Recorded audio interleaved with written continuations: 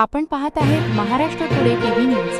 महाराष्ट्राचा विश्वास, जनतेचा ध्यास. सिन्नर तालुक्यात अवकाळी पाऊस आणि वादळी वाऱ्यांनी मोठा कहर केला असून अनेकांचे संसार उद्ध्वस्त झाले आहेत. मुसळधार पाऊस व जोरदार वाऱ्यामुळे लक्ष्मणपूर येथील नाना नामदेव सेंटर आणि चांदेर लक्ष्मण गवांदे यांच्या घरांची छते उडून गेली. क्षणार्धात घरांचे मोठे नुकसान झाले.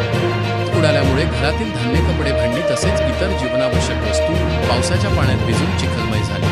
त्यामुळे संबंधित कुटुंबांवर मोठे संकट कोसळले असून त्यांचा संसार अक्षरशः उघड्यावर आला आहे. दरम्यान शहा परिसरातील एका शेतकऱ्याच्या शेततळ्यावरील संरक्षक कागद वादळात फाटून उडाल्याने लाखो रुपयांचे नुकसान झाले आहे. ऐन हंगामात निसर्गाच्या या अवकाळी तडाख्यामुळे शेतकरी आर्थिक संकटात सापडला आहे. या घटनेनंतर नुकसानग्रस्त भागात पंचनामे करून तातडीने आर्थिक मदत जाहीर करावी अशी जोरदार मागणी ग्रामस्थ व शेतकऱ्यांकडून करण्यात येत आहे.